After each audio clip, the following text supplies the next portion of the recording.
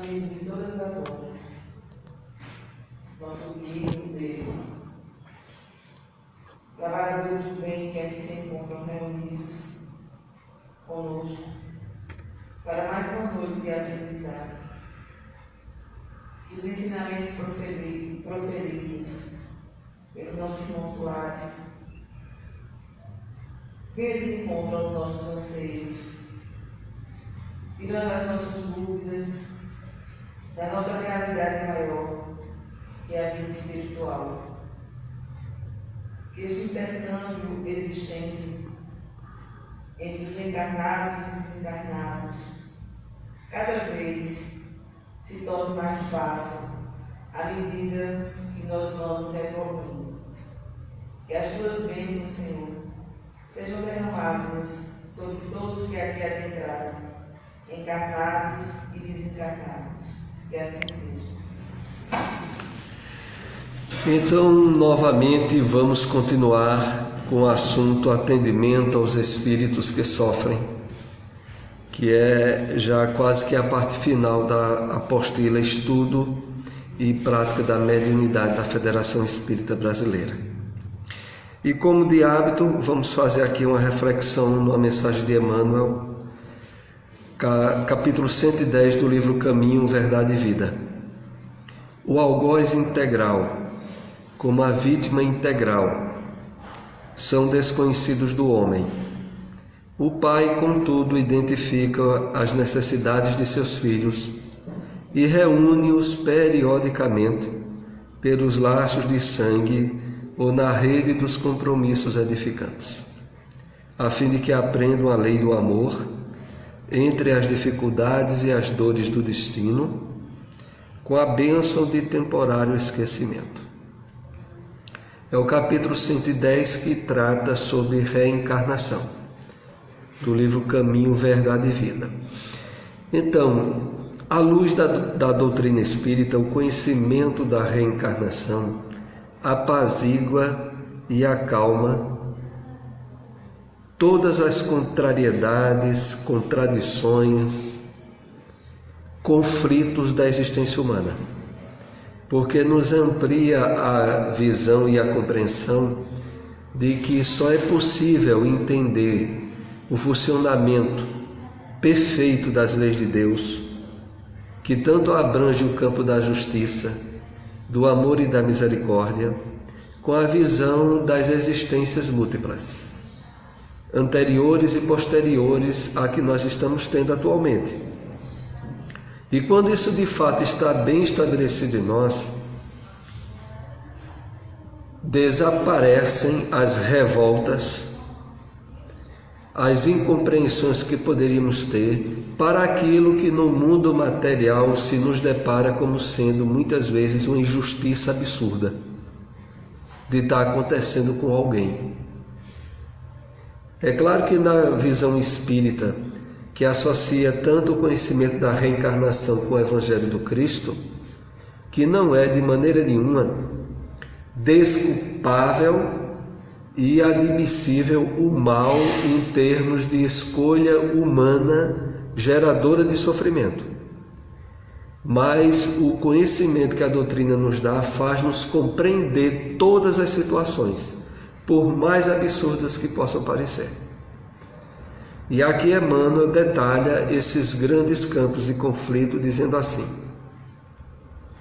primeiro é de que as leis divinas, através do Pai, identificam as necessidades de seus filhos e reúne-os periodicamente. Então, quais são os lugares que isso vai se dar? Nos laços de sangue, através da família, na rede de compromissos edificantes, através das associações humanas para o trabalho, para o convívio social, inclusive religioso, onde nós reencontramos espíritos aos quais fomos devedores ou somos devedores deles. Ou na rede dos compromissos edificantes, que é onde abrange o campo religioso, o campo espiritual, a fim de que aprendam a lei do amor. De que maneira? entre dificuldades e as dores do destino. Principalmente pelo fato de estarmos num mundo de provas e expiações. Não é porque devamos ser castigados, mas é pela consequência natural do nosso afastamento das leis de Deus. Então, encerrando esse comentário, quando Emmanuel cita aqui na primeira linha, o algoz integral como a vítima integral são desconhecidos do homem. Isso quer dizer que a gente não tem condições de julgar ninguém, seja que tipo ou erro grave que ele tenha cometido, em termos de êxito no nosso julgamento, sem abranger as existências do passado e as futuras. Que a gente nunca sabe o que é aquela criatura que agora, que pode inclusive ser nós mesmos, está padecendo uma injustiça absurda e aquilo ser o mais certo para ela em termos de aproveitamento existencial. Então é preciso que a gente aprenda sobre reencarnação, ganhe fóruns assim de conteúdo, de detalhes, para que a gente esteja bem seguro disso. Não obstante a situação difícil que a gente possa vir a passar. Então vamos agora continuar com o atendimento aos espíritos que sofrem. Na página 188 da apostila.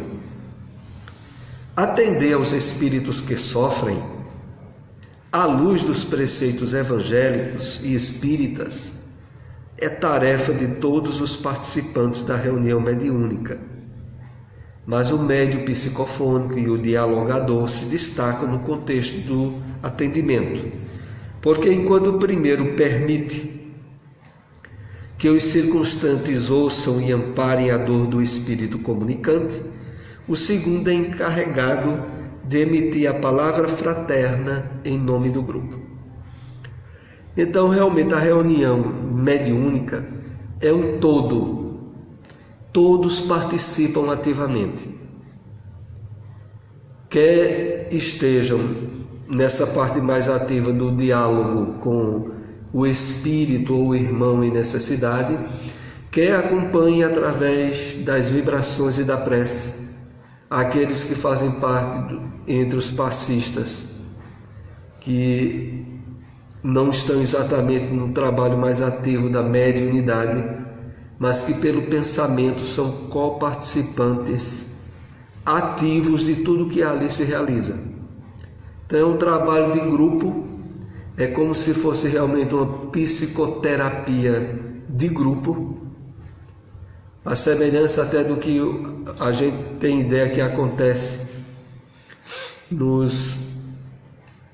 nas reuniões do AAA, dos Alcoólicos Anônimos, aonde surge alguém que faz os seus depoimentos, e o fato de fazer o depoimento e ser ouvido por os que ali estão, passando por situações semelhantes, já serve de uma espécie de terapia, de catarse, de limpeza. Então ali, quando o espírito vem para a reunião mediúnica, quer inclusive ele fale ou até mesmo nem fale, entrou na reunião, como se diria popularmente, está na rede, vai usufruir os benefícios do conjunto que está ali. E sobretudo, como aqui a gente já comentou muito, das vibrações harmoniosas, sadias, fraternas, cristãs, que devem imperar ali no conjunto das pessoas que estão ali reunidas. E é por isso que a gente sempre reforça aquele aspecto de que na reunião mediúnica, para ela ter o êxito adequado do trabalho no plano material, é necessário que aqueles que participam não levem suas ansiedades, problemas ou frustrações para a reunião mediúnica, porque é para estar lá com aquela consciência de que pessoas muito mais necessitadas mesmo não estando no corpo físico, mas tão vivas quanto nós, estarão ali para ser atendidas, e a gente não tem o direito de levar os problemas pessoais que a gente tenha à guisa de pedir instruções e orientações aos espíritos durante a reunião. Porque às vezes se dá isso, de as pessoas que participam e não tiveram realmente um esclarecimento, participação em um grupo de estudo como nós estamos aqui, elas acham que os problemas que elas estejam a passar, pessoais, podem e devem ser levados lá para a reunião e ficarem com o pensamento lá de que eu estou passando por tal problema, eu queria uma sugestão de como é que eu vou resolver. Veja, em vez de ir para a reunião mediúnica com a consciência de que vai ajudar quem está muito mais necessitado, o participante chega lá e fica pedindo ajuda para ele. Então isso realmente não é para acontecer, porque prejudica a qualidade das vibrações do grupo em atendimento fraterno àquelas pessoas. É como se dá, e aqui eu aproveito para fazer uma ponte, com alguém que está, por exemplo, fazendo atendimento fraterno numa casa espírita. Ele sabe que quando ele vai atender alguém, claro, primeiramente ele tem que estar no clima de prece, de oração, e ter a consciência absoluta de que o nível de quietude mental que ele tenha, de harmonia pessoal, espiritual, auxiliará a sua intuição a ter a orientação adequada àquela pessoa que vai para o atendimento fraterno. Imagine também um atendente fraterno que traz para a reunião, para o trabalho de atendimento dele, os problemas pessoais que ele está passando. Ele vai ter dificuldade de ouvir, mais dificuldade ainda em dar a orientação adequada, e vai estar desintonizado com os objetivos sublimes daquele trabalho. É como ocorre, fazendo a ponte com a reunião mediúnica, se os participantes levam os problemas pessoais para a reunião. É bom estar bem elucidado entre nós. E concluindo aqui esse slide, diz aqui no final: enquanto o primeiro permite que os circunstantes ouçam e amparem a dor do espírito comunicante, o segundo, que é o doutrinador, o comunicador, é encarregado de emitir a palavra fraterna em nome do grupo. Então, o que o doutrinador está dizendo ali é em nome do grupo, e o grupo tem que estar mentalmente apoiando ele, e não achando que ele deveria dar alguma orientação que não é aquela que está sendo dita. Vamos aqui para mais um slide. Esse agora é extraído do livro Instruções Psicofônicas e está na apostila em termos de referência.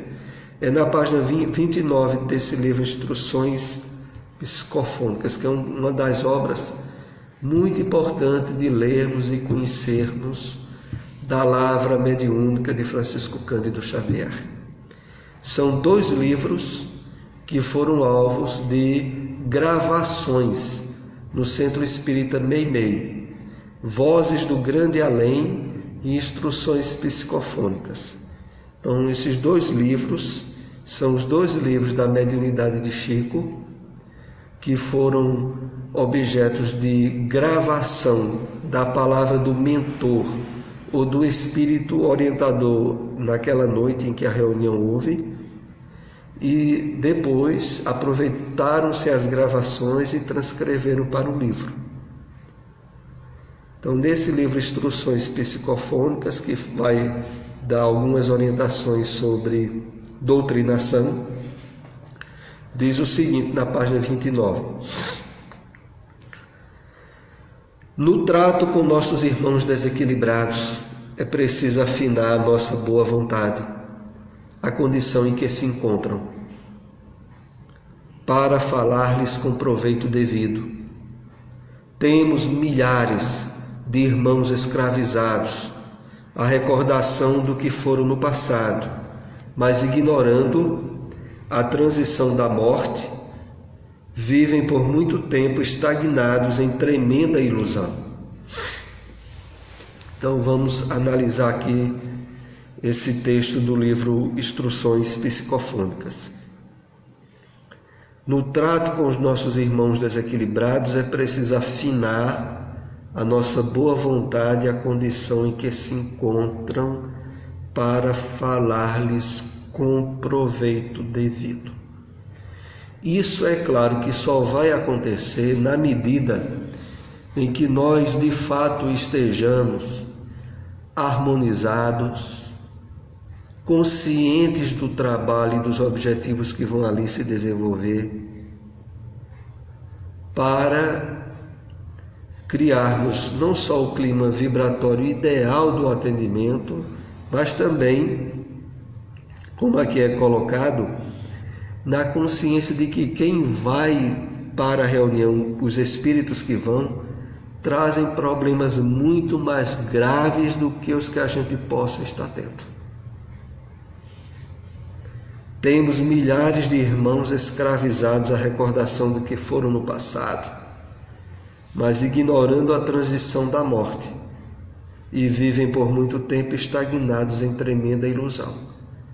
Então é muito comum os espíritos que vêm para a reunião mediúnica, ao serem ajudados, a gente constatar que eles não sabem que desencarnaram. E, na verdade, ter que tratar essa questão com delicadeza, conduzindo o esclarecimento às vibrações, sem causar-lhes maior impacto, ou até mesmo medo, face à ignorância que a grande maioria tem do que seja a vida pós-morte. Então tem que estar muito presente no doutrinador. Agora na página 30 do livro Instruções Psicofônicas. Sentem-se donos de recursos que perderam de há muito e tiranos de afeições que já se distanciaram irremediavelmente. Sentem-se vivos, tão vivos como na época em que se bebedaram de mentira, fascinação de poder. O tempo e a vida correm para diante, por fora deles, mas por dentro imobilizaram a própria alma na fixação mental de imagens e interesses que não mais existem. Analisar aqui em início, quando é dito sentem-se donos de recursos que perderam há muito e tiranos de afeições que já se distanciaram irremediavelmente. A questão toda é essa. Como diz o próprio Evangelho na Bíblia: aonde estiver o nosso coração, aí estará o nosso tesouro. Aquilo que na terra a gente deu muito atenção, muito valor, em termos de posse, de propriedade ilusória, quando o espírito desencarna, ele continua preso e se acreditando dono. Porque todo um campo magnético de vibrações, de energias que ele alimentou durante muito tempo na encarnação, continuam predominando naquele espírito desencarnado. E aí é o que leva a muitos donos de recursos que perderam muito, tiranos de afeições que já se distanciaram irremediavelmente. Tiranos de afeições É aí onde é um dos grandes campos geradores de processos obsessivos, de pessoas que, quando eram encarnadas, já faziam uma certa obsessão de encarnado para encarnado com um parente ou com um ente querido. Quando desencarna, naturalmente quer dar prosseguimento àquilo. E agora a obsessão é de desencarnado para encarnado, levando muitas vezes a estados de perturbação e dificuldade graves, né? Como aquele relatado no livro Nos Domínios da Mediunidade, de uma jovem que era noiva e o noivo que faleceu, Libório, que faleceu porque envolveu-se de uma forma muito desequilibrada nas festas de carnaval e vindo depois a falecer. Só que ele ficou muito imantado à noiva e ela passou a ter estados de fobia, depois estabelecendo o chamado fobia do pânico, que levou ela a procurar uma instituição espírita. E a causa que deu origem a esse transtorno psicológico dela era essa afeição de desequilíbrio do desencarnado, e começa a receber um tratamento, um tratamento fluídico e de conhecimento do Evangelho à luz do Espiritismo. E ele, o noivo desencarnado, é conduzido à reunião mediúnica na instituição, para, através de outros médios, receber a devida terapia, a devida assistência inicial. Então, sentem-se vivos, tão vivos como na época em que se embebedaram de mentira, fascinação e poder. Muitas vezes nos parece surpreendente o fato de alguém vir a falecer e, encontrando-se no além-túmulo, confundir-se completamente em termos de que largou o corpo físico na Terra.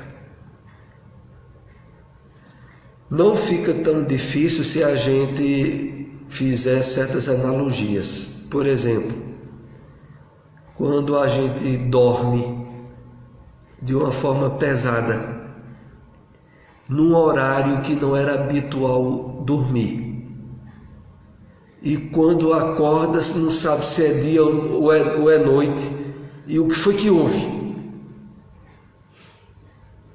Então é mais ou menos esses estados e principalmente no caso da desencarnação, que é uma passagem em termos de mudança vibracional muito mais intensa.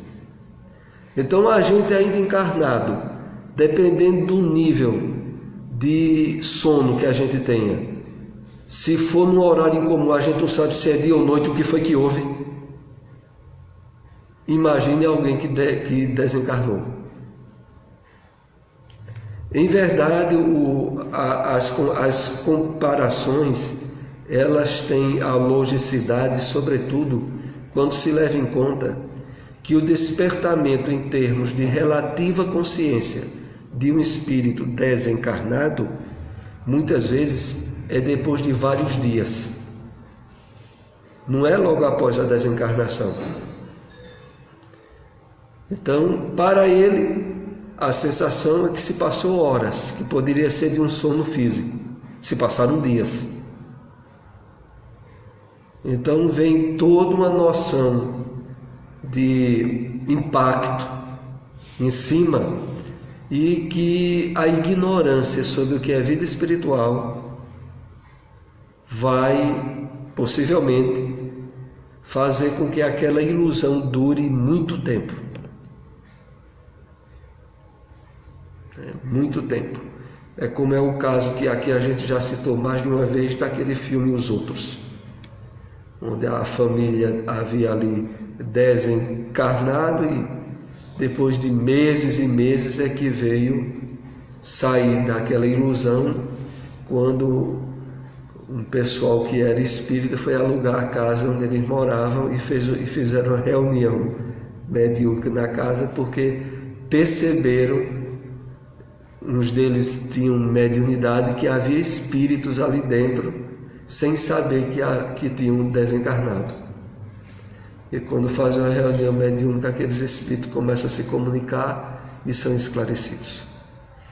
Eu não teve uma novela na Globo, há uns tempos atrás, que tinha uma família que morava num casarão,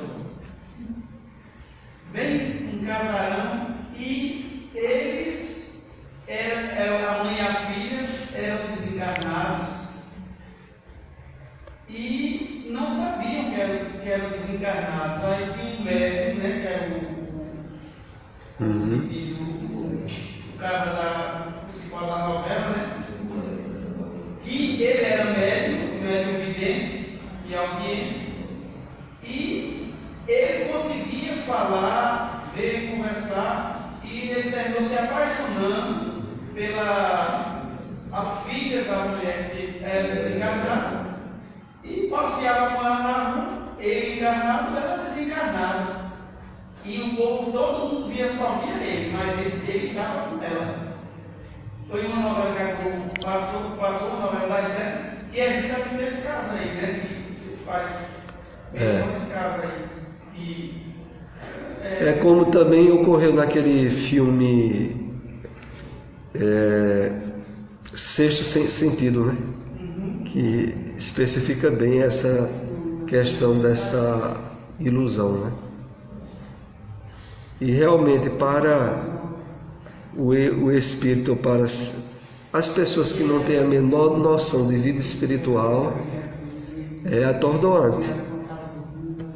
É por isso que no trabalho de doutrinação tem que ser esclarecido de forma lenta e sutil e bem intuída pela espiritualidade o nível de esclarecimento que vai sendo dado àquele espírito que não sabe que desencarnou. Pois não. Como nós aqui temos um tempo com a criação do homem para nos orientar, e na espiritualidade não há esse tempo, o tempo é sempre presente. Quando o espírito está em sofrimento, ele não tem noção de quanto tempo, assim, usando a nossa linguagem, né? Ele está naquela condição. Quer dizer, ele pode passar séculos e séculos para o cenário umbral, sem ter uma perspectiva até o momento em que realmente ele seja tocado, né, pelo arrependimento das faltas e venha socorro, quando ele assim merecer.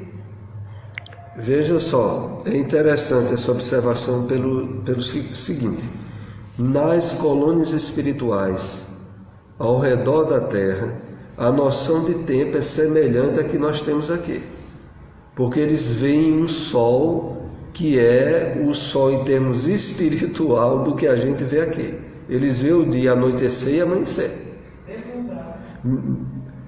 Nas colônias espirituais ao redor da Terra, a questão toda é estar muito mais afastado da Terra ou não, porque o que nos dá a noção de dia e de noite, de espaço durante a encarnação, é o fato de a Terra girar em torno do Sol, né, dando a ideia de dia e de noite.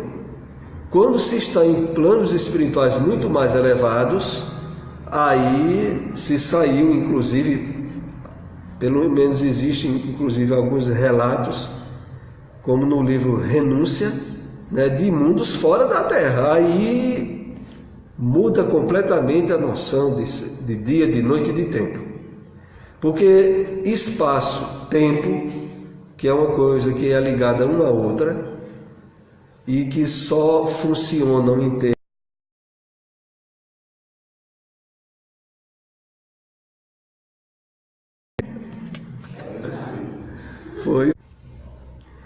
relativo à intensidade, não foi a luz? Não quero energia.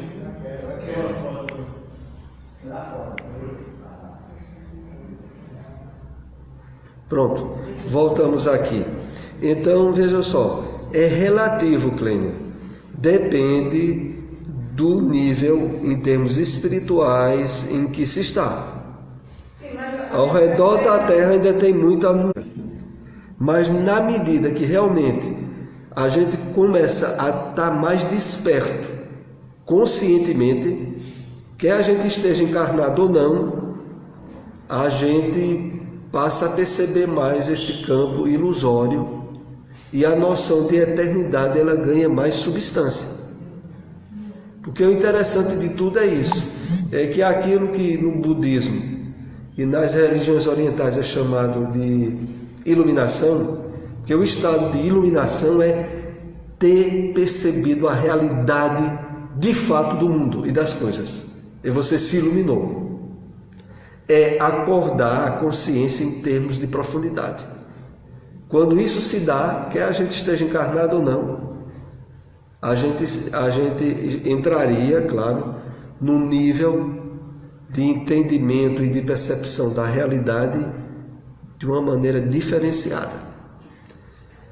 É claro que à medida que nós mesmo durante a encarnação estejamos trabalhando um nível mais aprofundado de harmonia mental, emocional, espiritual, de quietude psíquica, nós abrimos possibilidades de já estar trabalhando esse despertamento de consciência.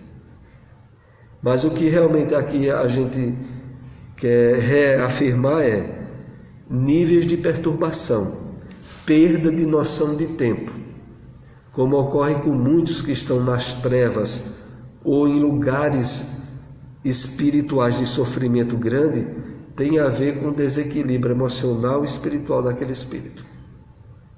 Porque ali aí se perde realmente a noção.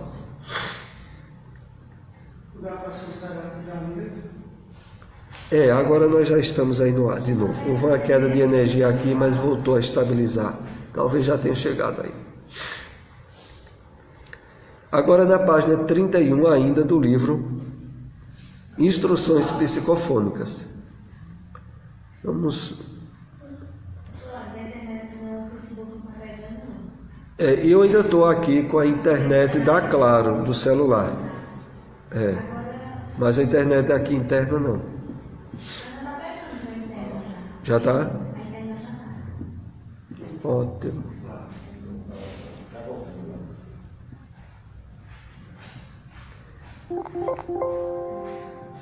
Querem apreço, consideração, apoio, carinho, doemos ideias novas, com que empreendam a própria recuperação. Figuremo-los como prisioneiros, cuja miséria não nos deve sugerir escárnio ou indiferença, mas sim auxílio deliberado e constante para que se ajudem. Eu já vou tentar colocar outra vez aqui. Cultivemos assim a conversação sem curiosidade maligna, ouvindo com serenidade e paciência.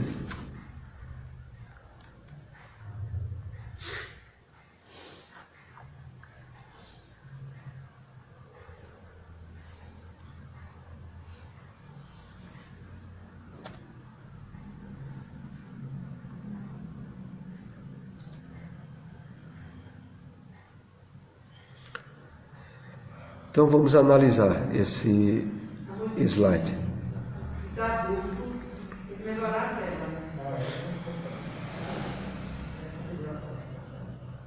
Ainda duplo. É a configuração aí.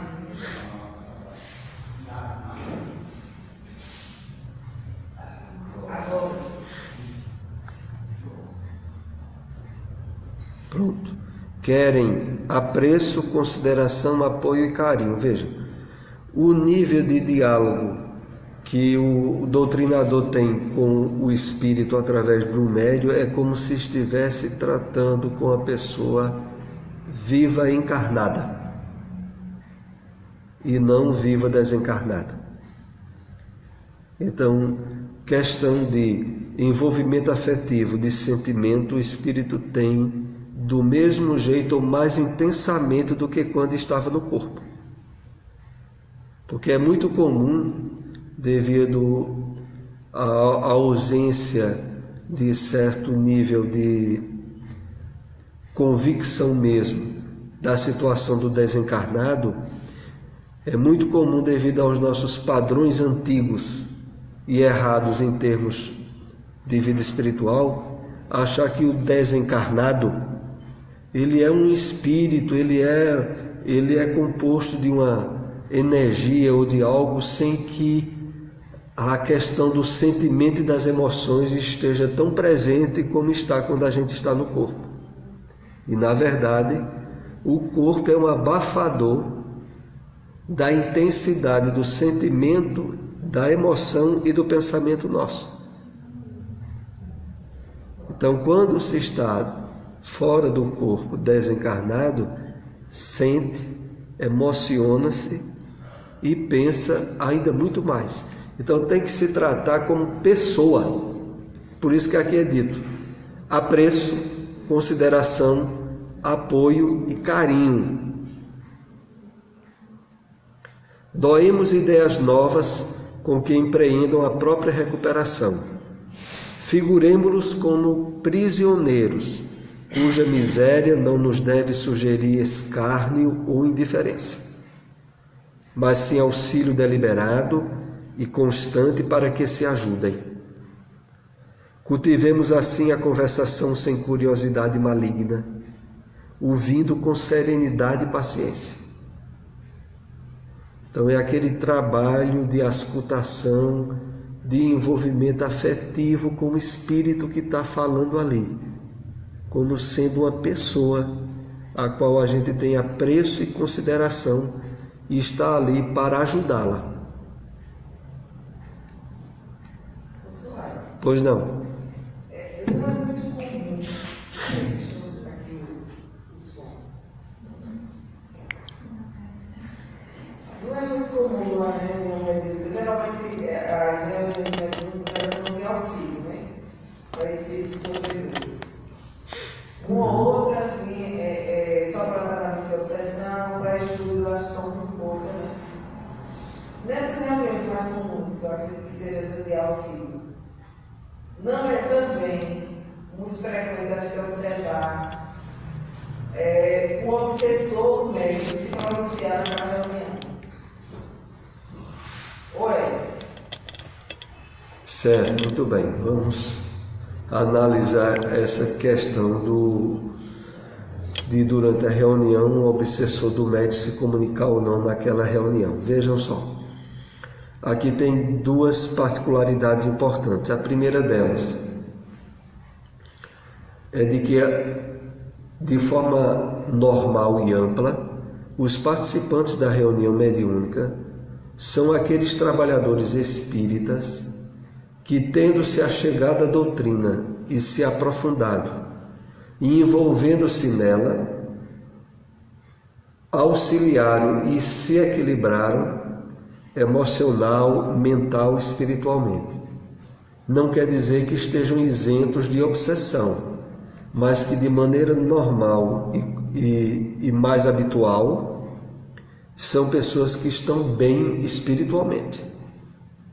Então esse é o primeiro ponto. O que não isola a possibilidade de um médium sofrer um processo obsessivo de insinuação espiritual intensa e haver a necessidade de um tratamento não só em termos de reequilíbrio para o médium, mas de ajuda para aquele espírito que está obsidiando o médium. E aí o que é que ocorreria? Esse espírito, numa situação dessa, se comunicaria durante a reunião mediúnica em que o médium está? Excepcionalmente, porque o normal seria a espiritualidade conduzir esse espírito para ser ajudado e amparado em outra instituição espírita ou em outra reunião que aquela instituição faça em que o médium não esteja presente. Isso seria o mais comum. não quer dizer que não possa haver a possibilidade de, através de outro médium, durante a própria reunião mediúnica, o obsessor de um terceiro médium ser amparado, mas nunca através do próprio médium que está sofrendo um impacto obsessivo.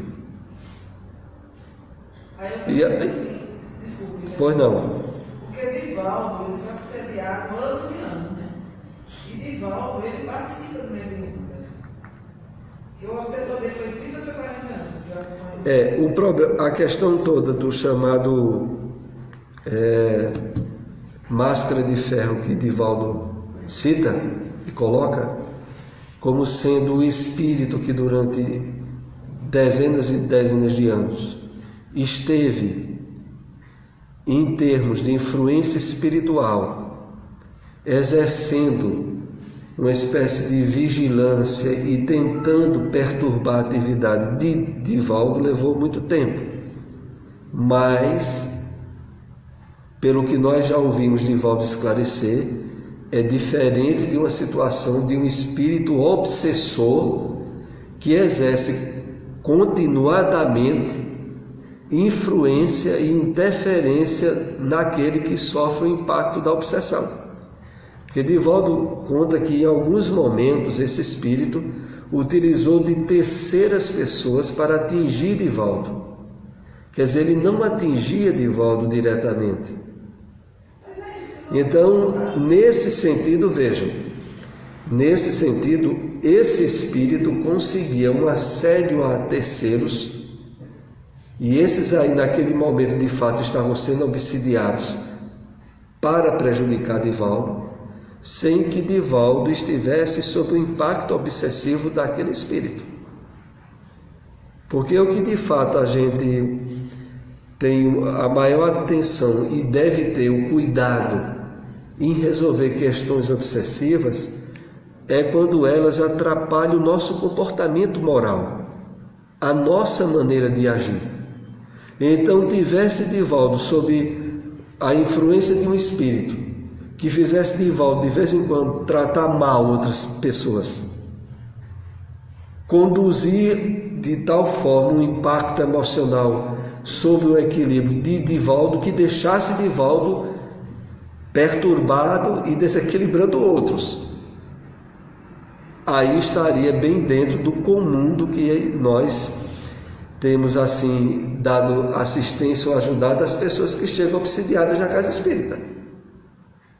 Então o caso de Divaldo é um caso meio à parte, que a gente não pode usar como padrão para processos obsessivos.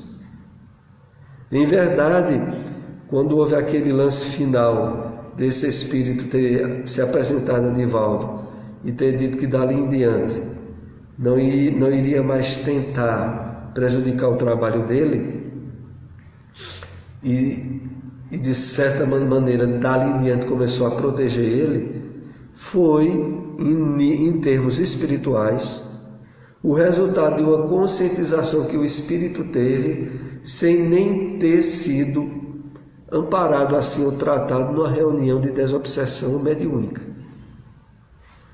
Foi a conscientização pelo fato, me parece que Divaldo adotou a mãe daquele espírito na encarnação anterior dele. E quando esse espírito que tinha sido a mãe dele foi adotado, ele disse que não poderia de maneira nenhuma estar tentando mais causar constrangimento a Divaldo.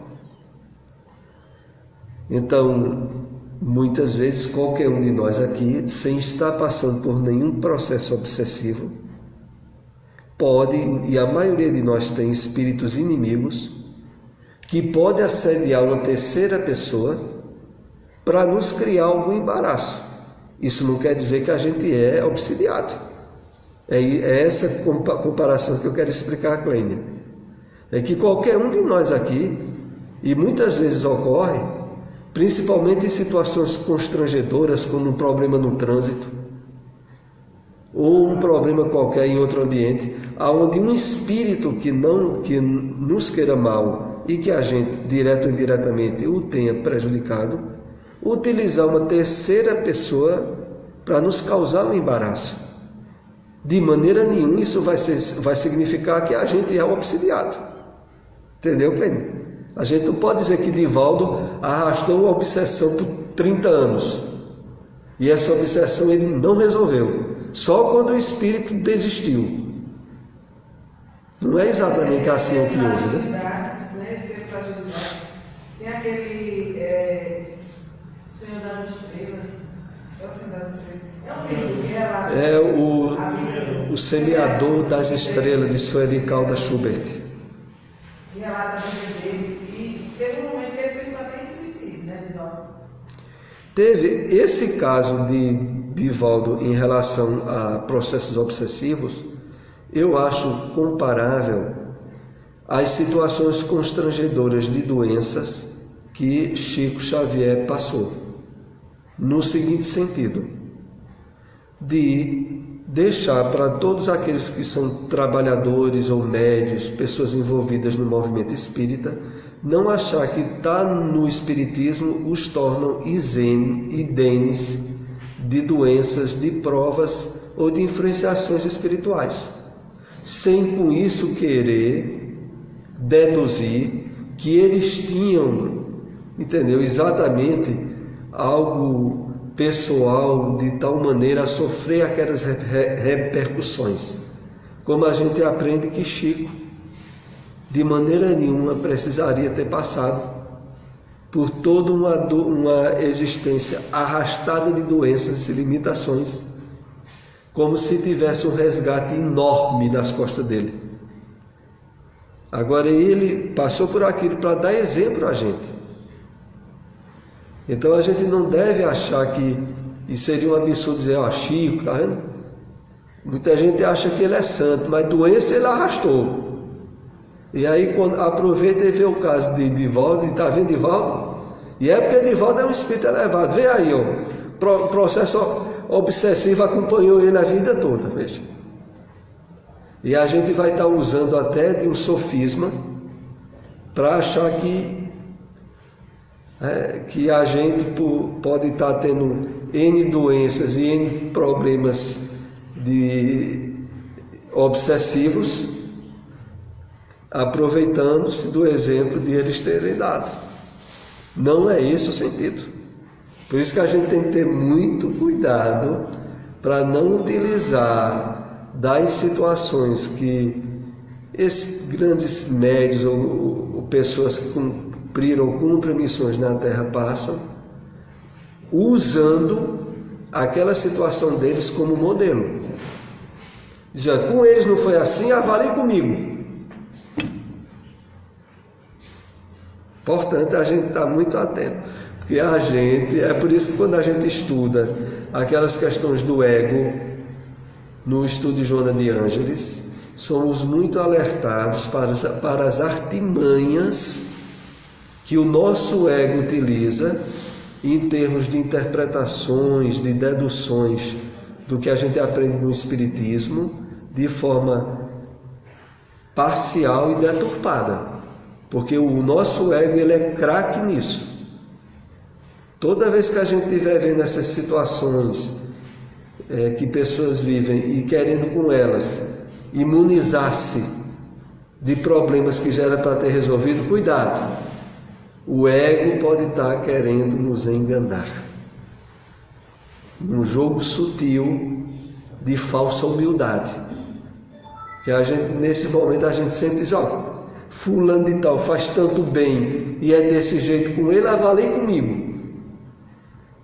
Isso é ego e tem que ser resolvido, porque isso derruba a gente espiritualmente. A gente sempre, quando se lembra de alguém que se destaca mais no movimento espírita ou na vivência do bem e do amor, sempre deve ser a título de estimular a gente a fazer mais e não se estagnar no que já fez.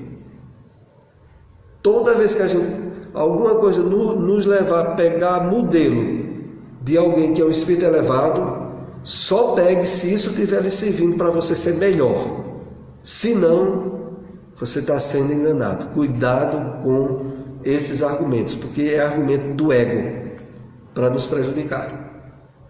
Mas aí, observando a questão do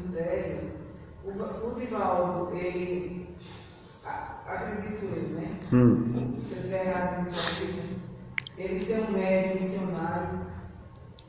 Apesar que ele nunca se colocou assim, né? Mas você acha que... Eu acho que acontece com Divaldo o que ocorreu com Chico. Chico dizia assim, sabe? Olha, só podemos dizer que de fato cumpriu o trabalho, a missão que tenha quando desencarnar. Porque até o último momento a pessoa pode ser alvo de uma queda moral absurda e estragar o projeto de vida dele. Chico dizia isso em outras palavras. Divaldo também, eu já vi ele dando explicações em termos de psicologia mesmo, nesse sentido. Porque uma vez perguntaram a Divaldo se ele estava, isso vamos dizer, uns 10 anos atrás. Quer dizer, Divaldo já estaria aí com os 70 anos. Ele foi perguntado aí, Divaldo, você está pronto? Se você tivesse que desencarnar, se tivesse que se deparar com a sua consciência. E Divaldo dá uma aula na resposta, dizendo que ele está no mesmo campo de esforço, de autoconhecimento, de que ele se percebia muitas vezes ainda sendo alvo de irritaçõezinhas, de questiúnculas emocionais que não deveria haver mais, mas ele ainda se pegava nisso. Então a gente vê que, na verdade, né, até um senso de humildade e de consciência prevalece muito neles para não se colocarem como missionários ou alguém que já entrou na encarnação no padrão acima da média. É claro que Chico, tendo alcançado o cumprimento ideal de tudo que se projetou para ele, agora ele tem total vivência e noção disso. Mas enquanto a gente está no corpo é um problema. É feita aquela advertência que foi dada a Alcione no livro Renúncia.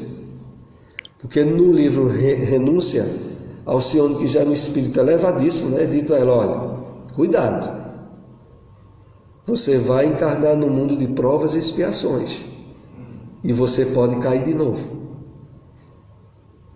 E ela veio realmente uma missão, como nós aprendemos, né, naquele que para mim é um dos melhores romances da lavra mediúnica de Chico, o livro Renúncia.